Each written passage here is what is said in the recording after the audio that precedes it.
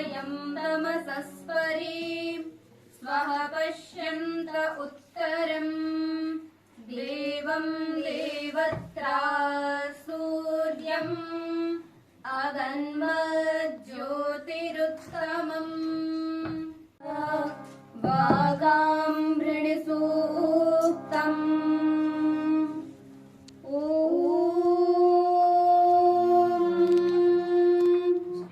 अहं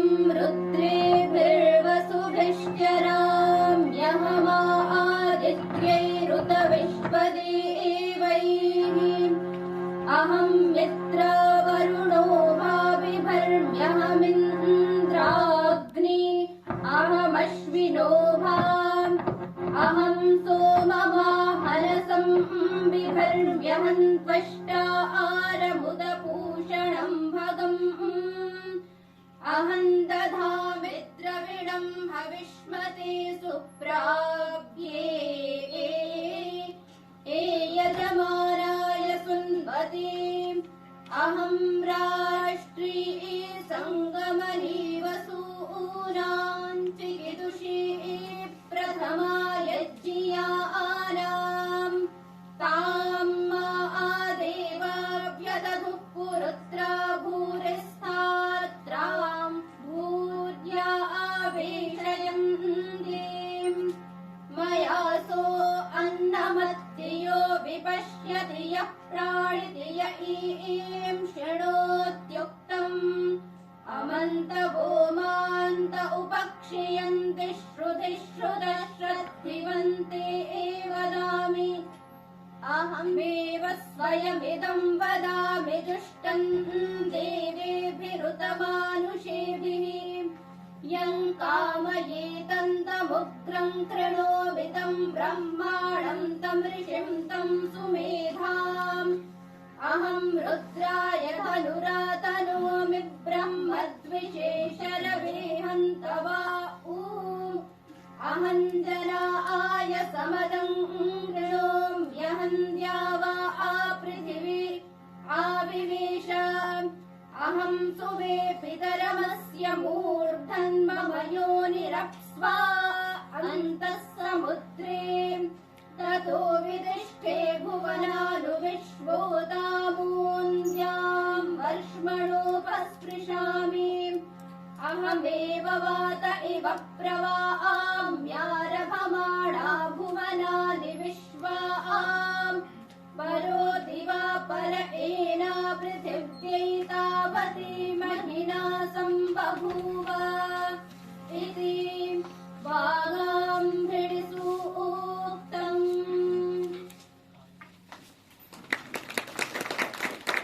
कृतं नित्यं पठामि संस्कृतं नित्यं वदामि संस्कृतं सदा वदामि संस्कृतं सदा ध्यायामि संस्कृतं सम्यक् ध्यायामि संस्कृतं सम्यक् वन्दे संस्कृतमातरम् वन्दे संस्कृतमातरम् संस्कृतस्य प्रसाराय संस्कृतस्य प्रसाराय नैजं सर्वं ददाम्यहम् नैजं सर्वं ददाम्यहम् संस्कृतस्य सदा भक्तो संस्कृतस्य सदा भक्तो वन्दे संस्कृतमातरम् वन्दे संस्कृतमातरम् संस्कृतस्य कृते जीवन् संस्कृतस्य कृते जीवन् संस्कृतस्य कृते यजन् संस्कृतस्य कृते यजन् आत्मानमाहुतं मन्ये आत्मानमाहुतं मन्ये वन्दे संस्कृतमातरम् वन्दे संस्कृतमातरम्। भव्यां सुबोधां च शुद्धा भक्तप्रदायिनी जननीं बहुभाषाणां वन्दे गीर्वाणभारतीं। महदिनं यत् प्रमोदस्थानं वर्तते यदद्य वयं भारतीयभाषासमित्या केन्द्रीयसंस्कृतविश्वविद्यालयेन अतः संस्कृतप्राच्यविद्या अध्ययनसंस्थानेन एतेषां सर्वेषां संस्थानां सहयोगेन च आयोज्यमानायां कार्यशालायां वयं सर्वेपि समुपस्थिताः इति। वस्तुतः तत्र इयं कार्यशाला अस्माकं भाग्यवशात् अत्र आगताः। यतोहि तत्र मुख्यालये भवेत् इति सङ्कल्पः आसीत्। वयमपि तत्र तस्याः संस्थायाः वयं मातृभूत नाम अस्माकं मातृसंस्था, अतः अत्र भवति इत्युक्ते अस्माकमपि आनन्दाय अस्ति। अतः भवतां सर्वेषां कृते अहं स्वागतं सादरं व्याहरामि। तत्र अस्माकं या परम्परा वर्तते, JNU विश्वविद्यालयस्य या नाम संस्कृतसंस्थानस्य या परम्परा वर्तते, तां परम्परां वयम् अनुसरन्तः। तत्र ये अस्माकं मुख्यातिथिरूपेण समागताः सन्ति आचार्याः रागा मुरलीकृष्णवर्याः, एते युवानः कुलसचिवाः अस्माकं तम केन्द्रीयसंस्कृतविश्वविद्यालयस्य सम्यक् समग्रं कार्यम् एते एव कुर्वन्तः सन्ति। अत्यन्तं नित्यगायत्री उपासकाः। एतेषां स्वागतं कर्तुम् अहं सादरम् अस्माकं संयोजकमहोदयां सादरं निवेदयामि।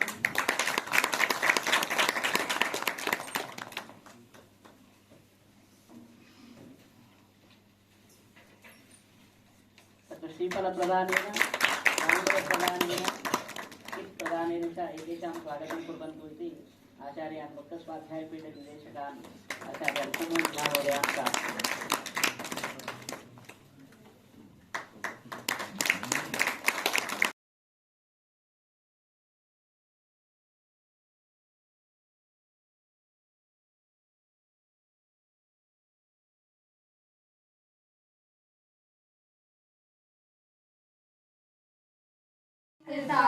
साधकं संस्कृतं भारतीयैकता साधकं संस्कृतं भारतीयत्वसंपादकं संस्कृतं भारतीयत्वसंपादकं संस्कृतं भारतीयैकता साधकं संस्कृतं भारतीयैकता साधकं संस्कृतं ज्ञानपुञ्जप्रभादर्शकं संस्कृतं ज्ञानपुञ्जप्रभादर्शकं संस्कृतं भारतीयैकता साधकं संस्कृतं भारतीयैकता साधकं संस्कृतम्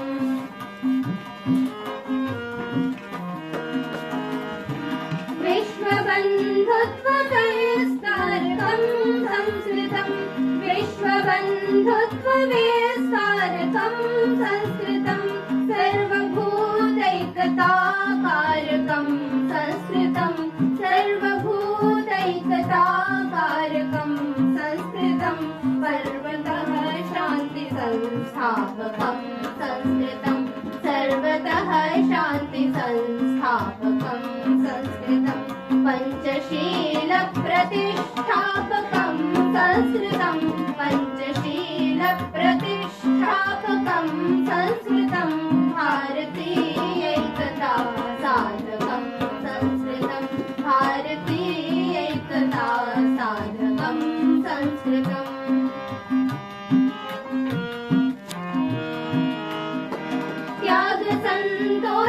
त्यागसन्तोषसेवाव्रतं संस्कृतं त्यागसन्तोषसेवाव्रतं संस्कृतं विश्वकल्याणनिष्ठायुतं संस्कृतं विश्वकल्याणनिष्ठायुतं संस्कृतं ज्ञानविज्ञानसम्मेलनं संस्कृतं ज्ञानविज्ञानसम्मेलनं संस्कृतं मुक्तिमुक्तिद्वयोद्भावनं संस्कृतं मुक्तिमुक्तिद्वयोद्भावनं संस्कृतं भारतीयैकता साधकं संस्कृतं भारतीयैकता साधकं संस्कृतं भारतीयत्वसंपादकं संस्कृतं भारतीयत्वसंपादकं संस्कृतं भारपुञ्जप्रभादर्शकं संस्कृतं ज्ञानपुञ्जप्रभादर्शकं संस्कृतं सर्वदानन्दसन्दोहदं संस्कृतं सर्वदानन्दसन्दोहदं संस्कृतं भारतीयैकता साधकं संस्कृतं भारतीयैकता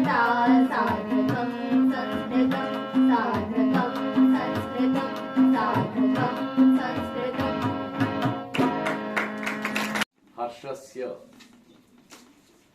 प्रमोदस्य उत्साहस्य च एषः मुहूर्तः यत् तिस्रः संस्थाः संयुक्ततत्त्वावधानरूपेण अस्याः कार्यशालायाः आयोजनं कृतवत्यः। ताः संस्थाः सन्ति केन्द्रीय भाषा समितिः, पुनः केन्द्रीय संस्कृत विश्वविद्यालयः, पुनः भवताम् अत्र जवाहरलाल नेहरू विश्वविद्यालयस्य प्राङ्गणे विद्यमानेन प्राच्य संस्कृत प्राच्य विद्याध्ययन संस्था। एतासां तिसॄणामपि संयोगः शुभसूचकः। भवन्तः सर्वेपि अस्य विश्वविद्यालयस्य अन्यस्यापि विश्वविद्यालयस्य केचन शोधच्छात्राः अथवा आचार्य MA स्तर छात्राः अत्र सन्ति इति। वेदमन्त्रस्य घोषः द्वाभ्यां छात्राभ्यां विहितः। सः घोषः वस्तुतः अध्ययनमाध्यमेन एव भवितुमर्हति। यदि वेदाध्ययनं न कुर्वन्ति तर्हि तदुच्चारणं नागच्छति। उच्चारणं सुष्ठु अस्ति, शुद्धमस्ति, श्रव्यमस्ति इत्युक्ते अध्ययनं पृष्ठभूमौ अस्ति इति ज्ञायते। पुनः गीतं गीतवत्यः तदपि एकं प्रेरकं गीतमस्ति। संस्कृतभाषायाः वैशिष्ट्यं सूचयति। तस्य गीतस्य एकैकमपि वाक्यं यदि वयं अवगन्तुं प्रयतामहे तर्हि वयं संस्कृतं प्रति आकृष्टाः भवामः। भारतीय एकता साधकम् अस्ति संस्कृतम् इति तद्गीतम् आरभते। पुनः सरल मानक संस्कृतम् इति अस्याः कार्यशालायाः शीर्षकमस्ति। सरल मानक संस्कृतं किमर्थं, कथं, किं तत् संस्कृतं, किम् अस्माभिः यत् वयं पठामः तत् संस्कृतं सरलं नास्ति किम्, सरलम् अस्ति चेत् किमर्थं कार्यशाला, एतादृश जिज्ञासाः संस्कृत अध्येतॄणां भवितुमर्हति। अपि च ये संस्कृतं न जानन्ति, संस्कृतं पठितुम् इच्छन्ति परन्तु विद्याध्ययनकाले न पठितवन्तः, इदानीं स्वस्व अन्यान्य विद्यासंस्थायाम् अथवा विद्याशाखायाम् अथवा विभागेषु अध्ययनरताः सन्ति, परन्तु संस्कृतं प्रति अनुरागः अस्ति। तर्हि तम् अनुरागम् उरीकृत्य किं संस्कृतं सरलं भवितुमर्हति इति यदि इच्छां कुर्वन्ति तत्तादृशानामपि इयं कार्यशाला मार्गदर्शिका भवितुमर्हति। अतः अस्याः कार्यशालायाः अद्य भवतां विश्वविद्यालयस्य प्राङ्गणे समारम्भः अभवत्। अस्याः कार्यशालायाः मुख्यातिथिः अत्र अस्माकं विश्वविद्यालयस्य कुलसचिवः, पुनः अस्य अस्माकं विश्वविद्यालयस्य मुक्तस्वाध्यायपीठस्य निदेशकः संयोजकरूपेण अत्र उपस्थितः।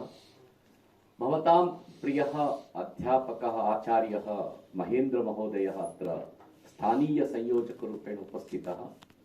एतेषां त्रयाणाम् अपि सन्निधौ भवन्तः अस्याः कार्यशालायाः स्वरूपम् अग्रिमसत्रेषु स्फुटं ज्ञास्यन्ति। एतस्य उद्घाटनसत्रस्य अहं किमपि अधिकं वक्तुं न इच्छामि, यतः समयोपि अधिकः आवश्यकः कथनार्थम्।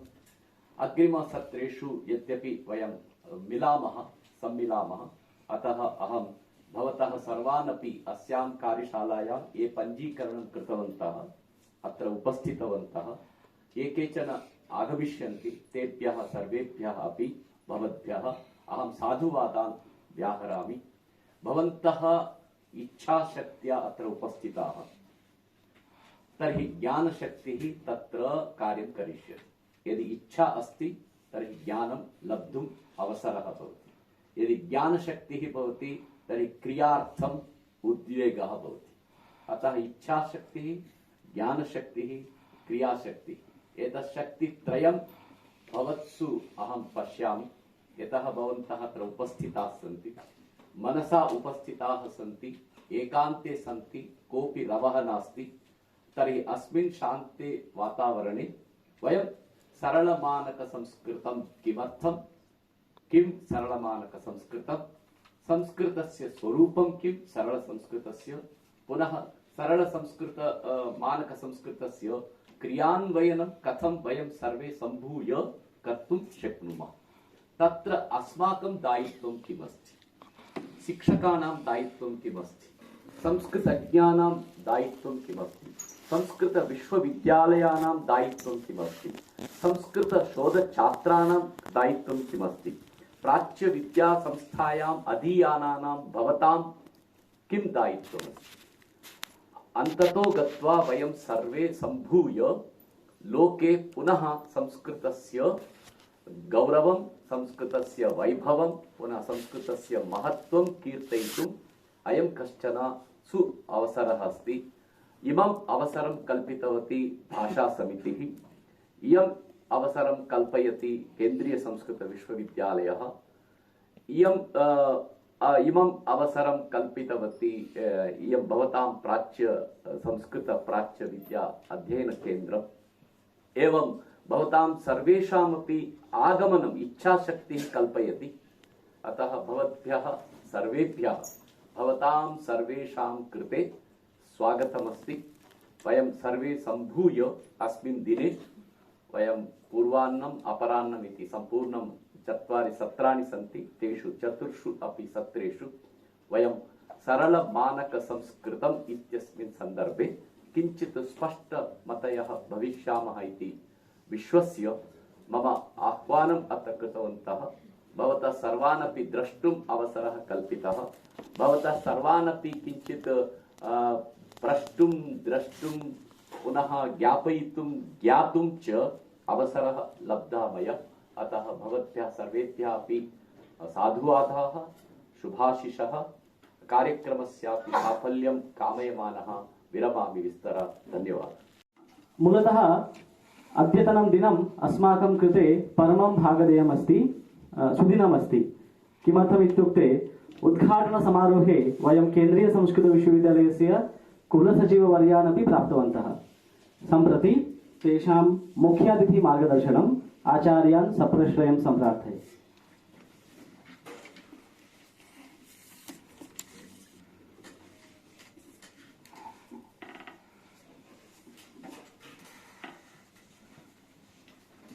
नमस्सभा सरस्वती सभाकल्पतरुं वन्दे विद्वन्मणिगणमण्डिताम्। वन्दारुलोकवरसन्दायिनी विमलकुन्दावदातरदना बृन्दारवृन्दमणिबृन्दारविन्दमकरन्दाभिषिक्तचरणा मन्दानिलाकलितमन्दारदामभिरमन्दाभिराममकुटा मंदाकिनी जवनभिन्दानवाचमरविन्दासनादिशतु मे। संस्कृत बोर्ड, संस्कृत परिषत् इति एका परिषत् अधुनापि वर्तते, यत्र शिक्षामन्त्रिणः साक्षात् परिषदः अध्यक्षाः विद्यन्ते। परिषदि 2016 षोडशाधिक-द्विसहस्रतमे वर्षे एकः निर्णयः स्वीकृतः सरलमानकसंस्कृतम् इति। किमर्थं सरलमानकसंस्कृतं? केन्द्रीयसंस्कृतविश्वविद्यालयस्य जालपुटे भवन्तः द्रष्टुं शक्नुवन्ति। सरलमानकसंस्कृतस्य पुस्तकं संस्कृतभाषायां केवलं 16 पुटात्मकं विद्यते। प्रायः 1 hour भवति, 1 घण्टात्मकः कालः अपेक्षितः भवति सम्पूर्णपुस्तकस्य पठनार्थं। पुस्तकमिति नास्ति, लघु लेखाः तत्र विद्यन्ते। अवश्यं सर्वैः अपि तस्य अध्ययनं करणीयं। कथं सरलतया संस्कृतेन भाषितुं शक्नुमः। तत्र विषयद्वयमस्ति, कदाचित् अग्रे अपि वक्ष्यन्ति। सरलीकृतं संस्कृतं, सरलसंस्कृतम् इति शब्दद्वयमस्ति। सरलीकृतम् इत्युक्ते इतः पूर्वं नास्ति, इदानीं यद् क्रियते तत् सरलीकृतम्। इदानीम् अत्र सरलमानकसंस्कृतम् इत्युक्ते सरलीकृतम् इति नास्ति। अभूतपूर्वस्य अत्र रचना न क्रियते, पुनः व्याकरणस्य रचना न क्रियते। पाणिनिसदृशानां महर्षीणां यः ग्रन्थराशिः विद्यते, ततः पाणिनि आधारितं व्याकरणं मानकं स्वीकृत्य सरलतया संस्कृतस्य कथनं कथं भवितुमर्हति इति अस्माकं कृते मार्गदर्शनम् अद्य पूर्णतया दीयते। अतः नूतनतया व्याकरणस्य रचना नास्ति, सरलतया संस्कृतस्य सम्भाषणं कथम् अथवा सरलतया संस्कृतस्य प्रचारः कथम्, यदि अध्यापकः भवति सरलतया पाठनं कथम् इति संस्कृतेन संस्कृतस्य पाठनं, संस्कृतेन संस्कृतस्य प्रचारः कथमिति वयं किञ्चित् अवगन्तुं प्रभवामः। पुनः अत्र द्वितीयः अपि शब्दः विद्यते, मानकम् इति। एकं तु सरलं, न तु सरलीकृतं, द्वितीयं च मानकं। मानकं किं विद्यते इत्युक्ते पाणिनीय व्याकरणम्, अष्टाध्यायी अस्माकम् अत्र मानकं विद्यते। पाणिनिव्याकरणात् अतिरिच्य अन्यद् किमपि नूतनम् अत्र नास्ति। नियमानुगुणम् एव व्याकरणस्य सरलतया अत्र अध्यापनं क्रियते इति महान् विशेषः। अस्मिन् शुभावसरे अत्र ये छात्राः सन्ति सर्वेषां कृते एका विनति, संस्कृतस्य अध्ययनम् अस्माभिः क्रियते, कदाचित् भाषणे अस्माकं सौलभ्यं नास्ति। यतः यदा अहं BA अध्ययनं कुर्वन् आसम् तदानीं व्याकरणस्य अध्ययनं कुर्वन् प्राक्शास्त्री प्रथमस्तरे वा साक्षादेव अहं सिद्धान्तकौमुद्याः अध्ययनम् आरब्धवान्। अहं न जानामि स्म किमर्थं सिद्धान्तकौमुदीं पठन् अस्मि। केवलम् अध्यापकः कथयति स्म कण्ठस्थीकरणार्थम् एकैकं सूत्रं, अनन्तरं भट्टोजी दीक्षितानां वृत्तिं पठित्वा रटनं कुर्वन् गच्छामि। परीक्षायामपि तथैव लिखामि स्म। किमर्थं लिखामि, किमर्थं प्रयोगः, किमर्थं पठन्नस्मि इति न ज्ञायते। परन्तु प्रथमं भाषायाः यदि अध्ययनं वयं कुर्मः, तत्पश्चात् व्याकरणस्य अध्ययनं कुर्मः, तर्हि अवश्यं वयम् अवगन्तुं प्रभवामः किमर्थं व्याकरणम् इति। अत एव पतञ्जलिः महाभाष्ये वदति, रक्षोहागमलघ्वसन्देहः प्रयोजनमिति। यदा प्रयोजनं वदति तत्र लघु इति शब्दस्य सः किं वदति, न व्याकरणेन लघुनोपायेन, न व्याकरणं विना लघुनोपायेन शब्दशास्त्रम् अधिगन्तुं शक्यते। लघुनोपायेन अध्ययनार्थं व्याकरणम् अध्येयम् इति वदति। अत्र संस्कृत अध्ययनार्थं व्याकरणस्य अपेक्षा नास्ति। महर्षि पतञ्जलेः वचनं, यदि लघुनोपायेन शीघ्रम् अध्ययनं कर्तुम् इच्छति, लघुनोपायेन शार्ट्कट् रूपेण किमपि शीघ्रं भवान् संस्कृतस्य अध्ययनं कर्तुम् इच्छति, तर्हि व्याकरणस्य अध्ययनं करोतु। भाषायाः अध्ययनार्थं व्याकरणस्य अपेक्षा नास्ति। अत एव तद् अग्रे अपि सः वदति, ज्ञाने धर्मः उत प्रयोगे धर्मः इति सन्दर्भे ज्ञानपूर्वक शब्दप्रयोगे एव धर्मः। अत्र शब्दस्य प्रयोगः अपि ज्ञातव्यः, अनन्तरं ज्ञानम् अपि अपेक्षितम्। तत्पश्चादेव धर्मः इति। धर्मः नाम किं भवति, एकः शब्दः सम्यक् ज्ञातः सुष्ठुः प्रयुक्तः स्वर्गे लोके कामधुग् भवति इति खलु श्रुतिप्रमाणम्। अतः श्रुतिप्रमाणं स्वीकृत्य अस्माभिः प्रत्येकं शब्दः ज्ञातव्यः, सुष्ठुः प्रयोक्तव्यः, तत्पश्चादेव धर्मः भवति इति भगवतः पतञ्जलेः वचनं विद्यते महाभाष्यकाराणाम्। अतः संस्कृतस्य अध्ययने च प्रथमं सोपानम् अस्माभिः प्रत्येकं शब्दस्य ज्ञानसम्पादनम्।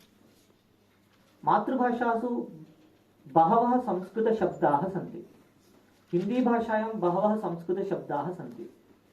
तेषां संस्कृतशब्दानां प्रयोगे केवलं विभक्तीनां योजनं वयं कुर्मः। अत्र सरलमिति कथम् इत्युक्ते अग्रेपि वक्ष्यन्ति, मध्यमपुरुषस्य प्रयोगः नास्ति अस्माकं। त्वम् इति युष्मत् शब्दस्य प्रयोगः अस्माभिः न क्रियते। युष्मत् शब्दस्य स्थाने वयं भवान् इति प्रयोगं कुर्मः, त्वम् इति प्रयोगं न कुर्मः। यदि त्वम् इति प्रयोगं करोति चेत् मध्यमपुरुषस्य धातूनां पूर्णरूपेण एकवचन द्विवचन बहुवचनं स्वीकर्तव्यं। पुनः द्विवचनस्य प्रयोगं वयं न कुर्मः, एकवचनस्य प्रयोगं कुर्मः अथवा बहुवचनस्य प्रयोगं कुर्मः। यतः आदरप्रयोगे बहुवचनस्य प्रयोगः अस्ति इति पाणिनीय व्याकरणानुगुणं मानकमस्ति। अतः सम्बोधने वयं सर्वत्रापि बहुवचनं स्वीकृत्य अत्र प्रयोगं कुर्मः। अतः अत्र सरलं संस्कृतं न तु सरलीकृतं संस्कृतम् इति वयं वक्तुं प्रभवामः।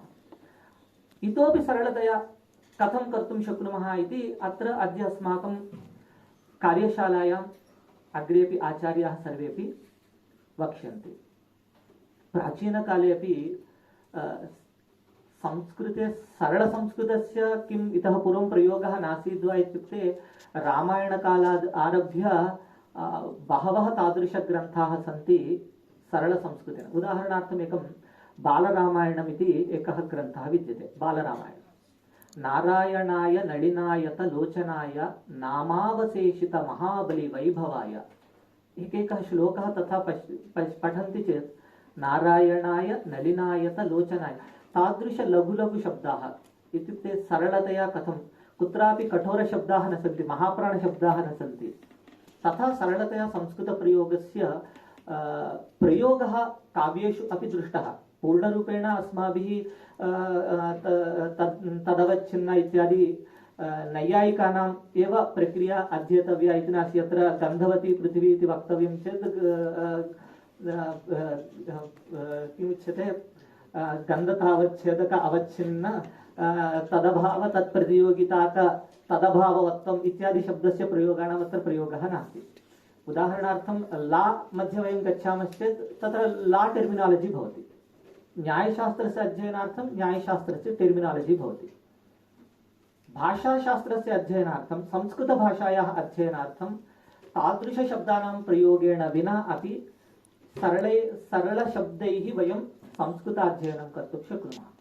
महाभाष्यकारः एव एतस्मिन् सन्दर्भे पुनः वदति कूपखननन्यायः। कूपखननन्यायः कूपखननन्यायः इत्युक्ते किम्?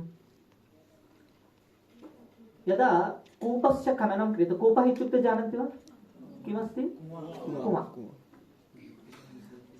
कूपस्य खननसन्दर्भे किं भवति? मृत्तिका इत्यादिकं सम्पूर्णे शरीरे मलिनं भवति। मृत्तिकायाः अपसरणं कथं क्रियते? कूपस्य जलेनैव पुनः प्रक्षालनं क्रियते। अतः कूपखननन्यायवत्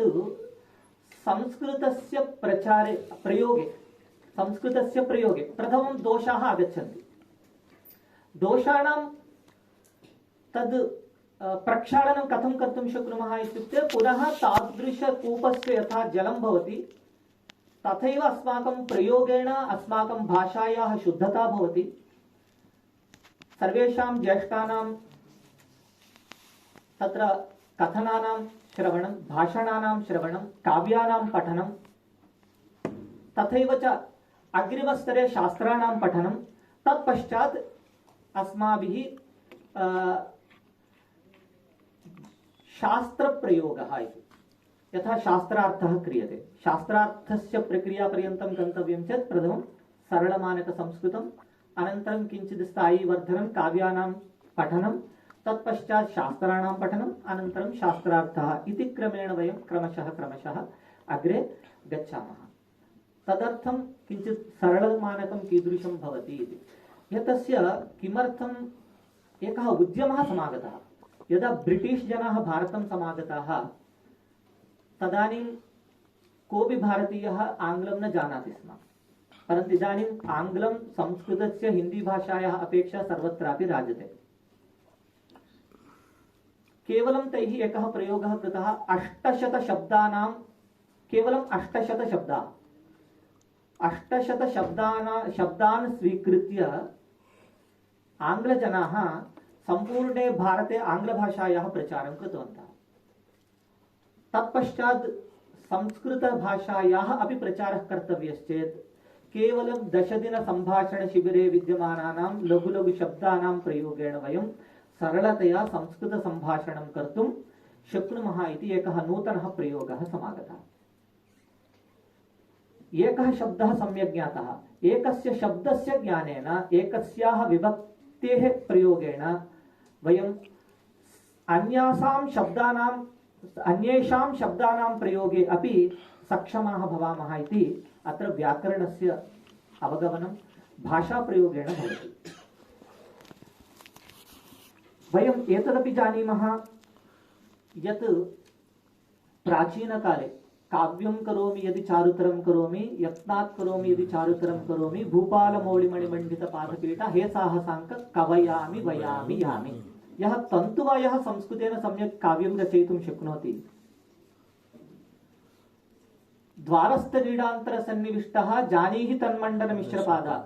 यत्र मण्डनमिश्रपादस्य गृहे एकः शुकः भवति स्म, यः कोऽपि आगच्छति जगद्ध्रुवं स्यात् अध्रुवं जगत् स्यात् इति कीराङ्गना यत्र गिरो विरन्ति द्वारस्थलीडान्तरसन्निविष्टः। तत्र एकः शुकः स्थित्वा संस्कृतभाषणं करोति स्म।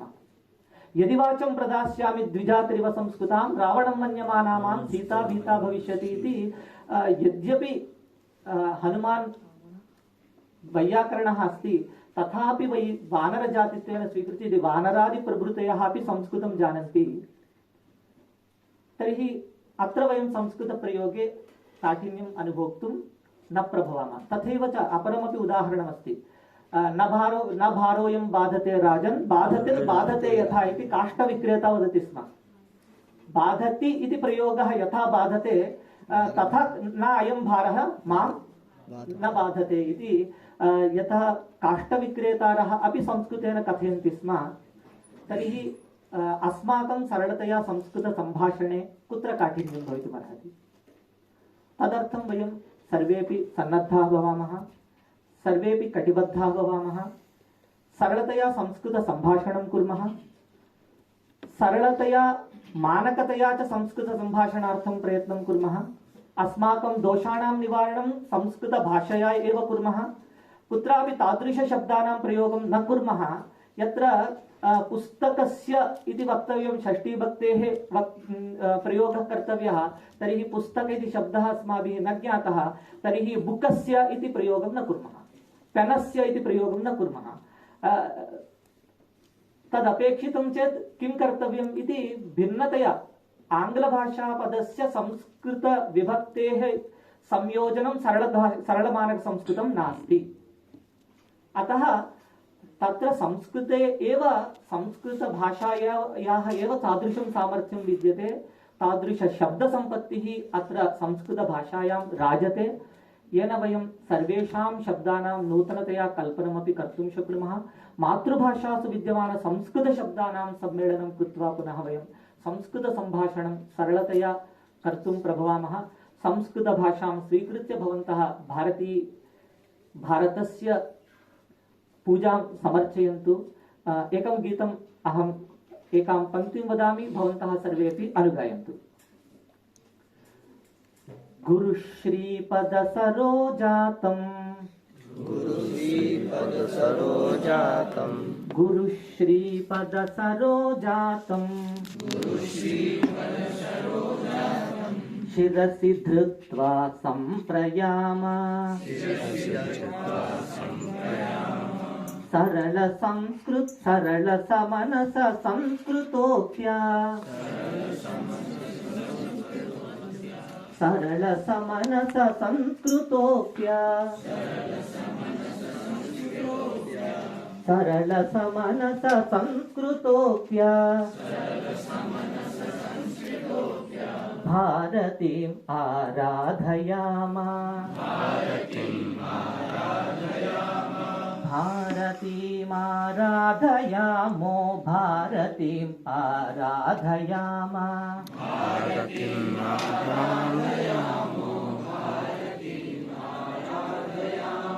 भारतीमाराधयामो भारतीम् आराधयाम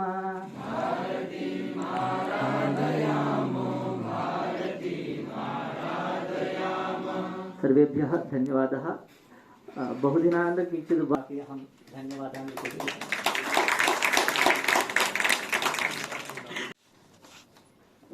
वंदे वाणी विनायकौ।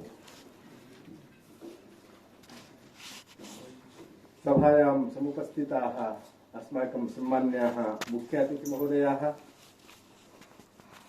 आचार्याः मुरलीकृष्णमहोदयाः, एवं च सारस्वतातिथिरूपेण अत्र समवेताः आचार्याः मान्याः रमेशवर्याः, अस्य कार्यक्रमस्य संयोजकाः आचार्याः महेन्द्रवर्याः, एवं च वयं जानीमः, बहु वक्तव्यं नास्ति, अत्र प्रायशः अधिकाधिकाः अस्माकं ये सन्ति मित्राणि ते सर्वेपि संस्कृत सुगन्धयुताः सन्ति।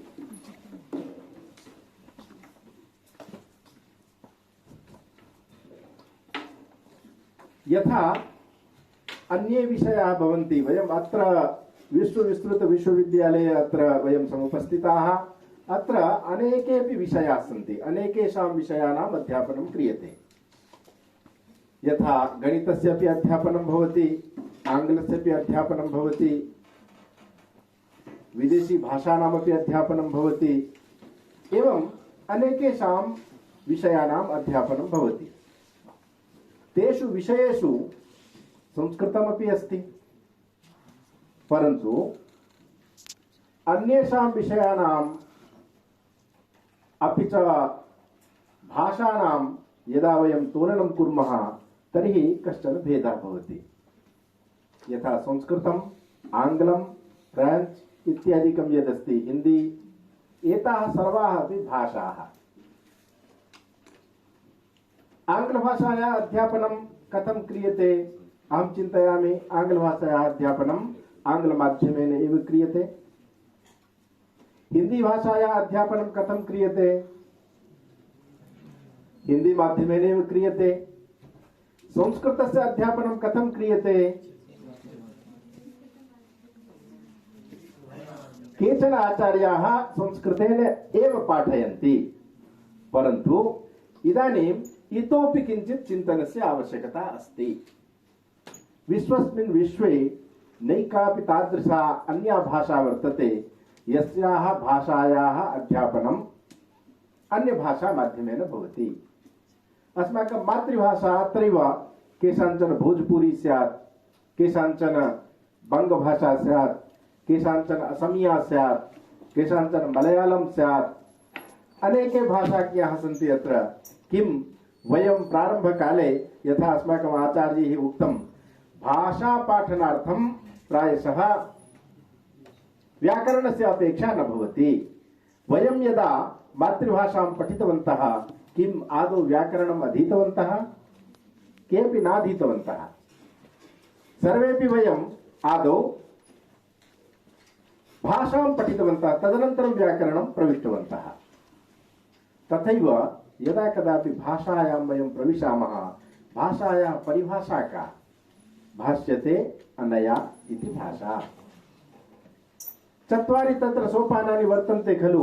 पठनम् अस्ति, या कापि भाषा भवतु, तत्र भाषणं भवति, पठनं भवति, लेखनं भवति, श्रवणं भवति, एवं तत्र चत्वारि सोपानानि अवश्यं भवन्ति। यदि एकमपि सोपानं नास्ति तर्हि वयं भाषां वक्तुं न शक्नुमः सामान्यतः। परन्तु अस्माकं भारते, विदेशेषु अहं न जानामि, परन्तु भारते तादृशी अपि भाषा अस्ति या जीवति, या व्यवहारे अस्ति, यस्याः भाषायाः लिपिः एव नास्ति। जानन्ति वा? अत्र कोङ्कणी जनः अस्ति वा कोऽपि? कोङ्कणी भाषायाः नाम जानन्ति भवन्तः? लिपिं जानन्ति वा? नास्ति, परन्तु सा भाषा व्यवहारे अस्ति, जीवति। किमर्थं? भाषणं क्रियते, नित्यव्यवहारः क्रियते, तदर्थं भाषा सा जीवति। परन्तु अस्माकं संस्कृतस्य लिपिं भवन्तः जानन्ति, अध्ययनमपि कुर्वन्ति, भाषणमपि भवन्तः अनेके कुर्वन्ति, परन्तु मध्ये मध्ये कदाचित् अन्यभाषायापि आश्रयणम् अध्ययनादिषु भवति। अयं यः प्रकल्पः सरलमानकसंस्कृतस्य यः प्रकल्पः अस्माभिः आरब्धः अस्ति, अयं प्रकल्पः अत्यन्तं महत्त्वपूर्णः वर्तते। अत्र तदर्थं भवन्तः सर्वेपि मिलित्वा अद्य चिन्तनं विधास्यन्ति यत् इयं कार्यशाला किमर्थं? तर्हि सरलमानकसंस्कृतकार्यशाला नामेव अस्ति। अस्यां कार्यशालायां किं भविष्यति? अतः पौनः पुन्येन यद् श्रूयते भवद्भिः सरलमानकसंस्कृतम् इति, तस्मिन् विषये एव चर्चां कुर्मः। 4 कालांशाः निर्धारिताः सन्ति। आदौ सरलमानकसंस्कृतं किमर्थं, का आवश्यकता, तस्मिन् विषये भवति। तदनन्तरं तस्य स्वरूपं, यदि सरलमानकसंस्कृतम् अपेक्षितम् इति निर्धारितं तर्हि तस्य स्वरूपं किं स्यात्, तदपि भवति।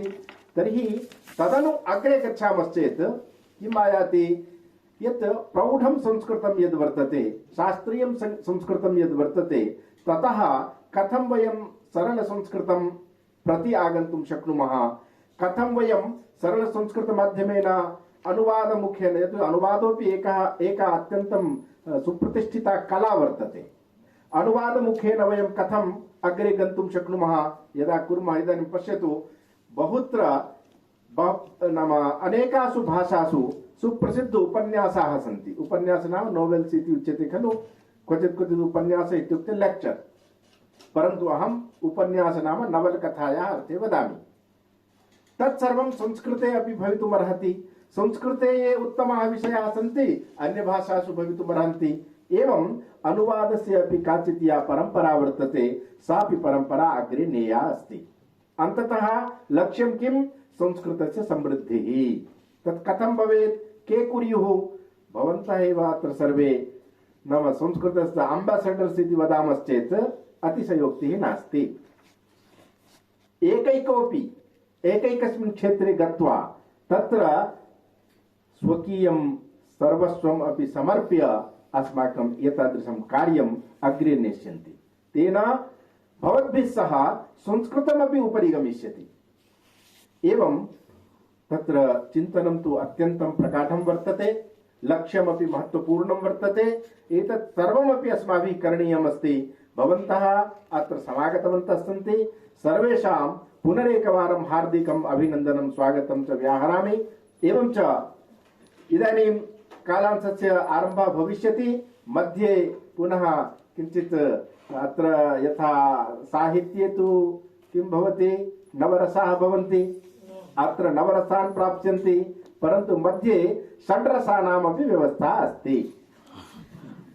अतः षड्रसानपि भवन्तः आस्वादयिष्यन्ति, भोजनमपि विधास्यन्ति। मध्ये पुनः सायङ्काले चायस्य अपि प्रबन्धः अस्माकं संयोजकमहोदयेन सर्वाः व्यवस्थाः सुष्ठु कृताः सन्ति। भवन्तः तत्र प्रमाणभूताः साक्षिणः भविष्यन्ति अवश्यम् अग्रे। तर्हि अधिकं समयम् अस्वीकृत्य अत्र ये अस्माकम् आगताः सन्ति, पुनः आचार्याः जी सूर्यप्रसाद महोदयः अत्र समवेताः, एतेपि अस्माकं रिसोर्स् पर्सन् रूपेण सन्ति। एते केन्द्रीय संस्कृत विश्वविद्यालये शिक्षाशास्त्रे भवन्ति प्राध्यापकाः। एतेषामपि हार्दम् अभिनन्दनं, स्वागतं च। एवं च अग्रे पुनः कार्यक्रमं झटिति अग्रे अनुवर्तयितुम् अहम् आह्वयामि सञ्चालक महोदयम्।